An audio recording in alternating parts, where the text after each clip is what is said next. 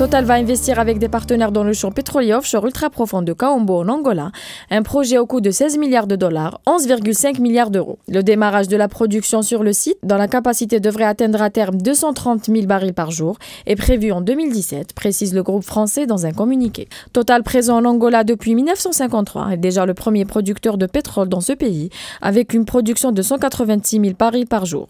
L'Angola est le deuxième plus gros producteur de pétrole en Afrique.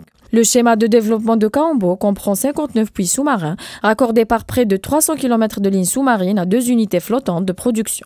Stockage et déchargement d'une capacité de production de 115 000 barils par jour chacune, indique Total dans son communiqué. Total, qui détient 30% dans 6 des 12 champs en exploitation dans le cadre du projet Kaombo, a pour partenaires Sonangol PNG, la filiale d'ExxonMobil Esso et Galp Energia. Pour freiner l'importation massive de véhicules ainsi que le transfert des capitaux avec devises, l'État a décidé de relancer l'industrie mécanique et automobile. L'objectif majeur étant de promouvoir l'industrie nationale, qui ne participe aujourd'hui qu'à hauteur de 5% au produit intérieur brut, un taux qui était de 15% dans les années 1970. Les pouvoirs publics ont décidé de donner un nouvel élan à l'industrie mécanique en fixant l'objectif d'atteindre une croissance de 10% à moyen terme. Un objectif réalisable, d'autant que le pays recèle de grandes potentialités de production et d'énormes opportunités d'investissement. Ainsi, pour faire renaître ce secteur de ses cendres et le sortir d'une situation de marasme qui n'a que trop duré, plus de 3 décennies, le gouvernement a mis sur la table une feuille de route pour redynamiser ce secteur en partenariat avec une grande firme internationale à l'effet d'acquérir une technologie et un savoir-faire permettant d'asseoir une industrie mécanique nationale performante. En décembre 2012, le premier tracteur agricole de la marque Massey Ferguson est sorti de la société mixte algéro-américaine Algerian Tractor Company. Implantée dans la zone industrielle Oued Hamimin d'El Khroub Constantine, la société mixte prévoit de produire 3500 tracteurs par an avec l'ambition d'atteindre 5000 en 2018. En avril 2013, le premier bulldozer Made in Algeria est sorti de la zone industrielle de Ain Smara à Constantine.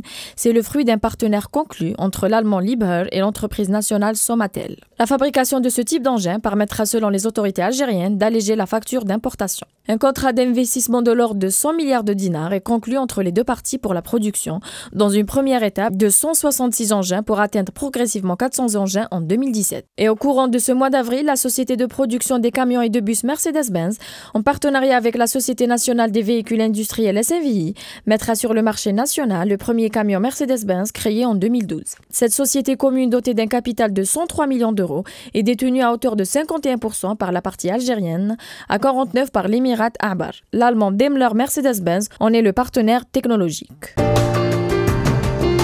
Sonatrach prendra en charge la construction de 2 centres spécialisés dans le traitement et la lutte contre le cancer à Hassim Saoud et à Alger. Après dimanche, l'APS auprès d'une source autorisée du ministère de la Santé. Le chargé de la communication du ministère de la Santé, Slim Belkacem, a précisé que la démarche de Sonatrach s'inscrit dans la dimension citoyenne de cette entreprise qui a déjà eu à œuvrer au renforcement des capacités des prises en charge des citoyens dans différents domaines, dont celui de la santé. Il a précisé à cet effet que Sonatrach a manifesté officiellement son accord et sa disponibilité pour réaliser et équiper 2 centres de radiothérapie spécialisés dans le traitement du cancer à Hassim Saoud et à Alger. Ces 2 centres prendront en charge les travailleurs de Sonatrach et seront accessibles à tous les patients atteints de cancer. Intégrés dans le plan stratégique national de contrôle et de lutte contre le cancer, ces 2 centres viendront soutenir le renforcement des capacités nationales dans le domaine de la radiothérapie qui constitue une priorité au regard de l'ampleur de la demande. Les nouveaux centres de lutte contre le cancer de Betna et de Sétif connaissent actuellement les travaux d'installation des équipements de radiothérapie qui devraient entrer en service avant la fin de ce semestre. Chaque centre disposera de 3 accélérateurs de dernière génération. Les nouveaux centres de Tlemcen, Sidi Bel Abbas, Annaba et Dra Ben Khedda